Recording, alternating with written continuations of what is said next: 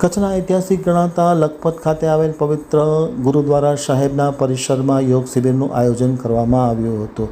મોટી સંખ્યામાં ભાજપના પદાધિકારીઓ, આગેવાનો, કાર્યકર્તાઓ, છાત્રો ઉપસ્થિત રહી અને યોગ શિબિરનું આયોજન પરિપૂર્ણ નિભાવ્યું હતું. હવે જોઈએ અમારા લખપત આમતક ન્યૂઝ બ્યુરોનો એક વિસ્તૃત અહેવાલ. 12મા આંતરરાષ્ટ્રીય યોગ દિવસના અવસર પર શ્રીમતી નિરંજના પંકજ મહેતા ચેરિટેબલ ટ્રસ્ટ કચ્છ દ્વારા પવિત્ર અને ઐતિહાસિક ભૂમિ લખપત ગુરુદ્વારા સાહેબના પરિસરમાં પૂરા જોશ સાથે યોગ દિવસ મનાવવામાં આવ્યો હતો. એમ આમતક ટીવી સાથેની વાતચીતમાં ટ્રસ્ટી અને જાણીતા ભાજપના પૂર્વ ધારાસભ્ય, પૂર્વ જિલ્લા પ્રમુખ પંકજ મહેતાએ જણાવ્યું હતું.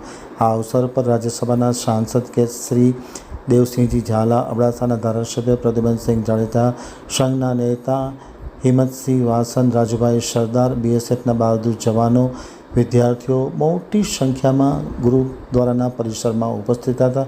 સૌએ સાથે મળીને યોગ કર્યા હતા અને યોગનું મહત્ત્વ સમજ્યું હતું. ખાસ કરીને યોગ એ માત્ર કસરત નહીં બલકે એક સ્વસ્થ સંતુલિત જીવનની મજબૂત નીંવ છે એ વાતને સૌ કોઈએ સ્વીકાર્યું હતું અને પવિત્ર લખપત ગુરુદ્વારા સાહેબ કચ્છની જગ્યા ઉપર આ મોટો અવસર યોગ શિબિરના રૂપમાં જોવા મળ્યો હતો.